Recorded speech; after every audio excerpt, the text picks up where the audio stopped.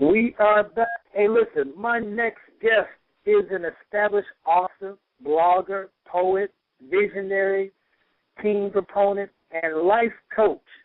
Without further ado, please welcome to our show, Miss Dawn Bedingfield. Dawn, are you there? I'm here, Clark. Can you hear me? Oh, the people are in an uproar. Thank you, thank you, thank you.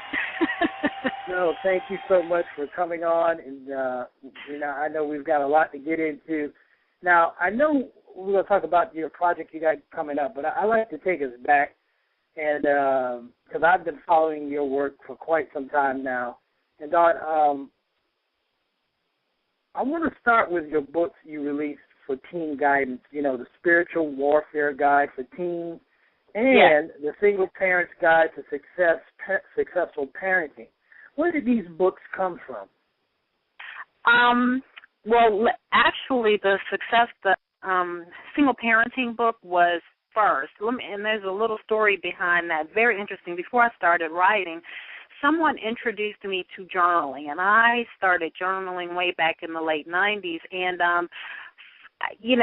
I had just been divorced. I was a newly single mom, and a couple of years had passed, and just gone through a lot of experience being a single mom. And a friend of my father who owned a publishing company suggested to me, why don't you write a single parenting book? And I said, never even thought about writing publicly, although I went to school for journalism. I wanted to do public speaking. But I never, while I was going to school for journalism, never thought about publishing books. That was never an aspiration of mine, or writing books. I wanted to speak and do news and media. So I said, maybe. And over a couple of years, maybe 2-3 years, I just wrote out some chapters, and I just did my thing and had no experience. And the ironic thing is that this publisher kind of just threw this out there and then hit the highway. I mean, just left me high and dry. I had no idea what I was doing. And after, just kind of searching and going round and round, I just, with God's help, I found a way to publish my book, and then the Spiritual Warfare Guide for Teens actually came from a personal experience. By that time, my children, my two oldest children were preteens, and I have to admit, it was completely spiritually inspired, and it was just a phenomenal work, and it's actually been my bestseller thus far.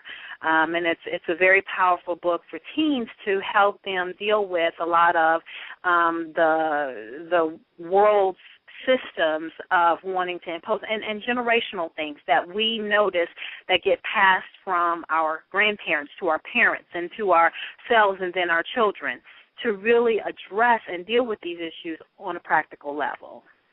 Well, anybody who's had teens, I'm definitely one of them, knows that we need all the books and guidance that we can possibly get to figure them out. Absolutely. So, absolutely. And listen, if you guys are tuning in, you're listening to the conversation, and we are on with life coach Dawn Bedingfield. We're going to talk about a number of things. If you have any questions, feel free to dial in to 917-932-1078. Be sure to select the number 1 button if you have questions for Dawn. And Dawn, you mentioned journaling. How important, in your opinion, is journaling that we as adults should be doing or not doing?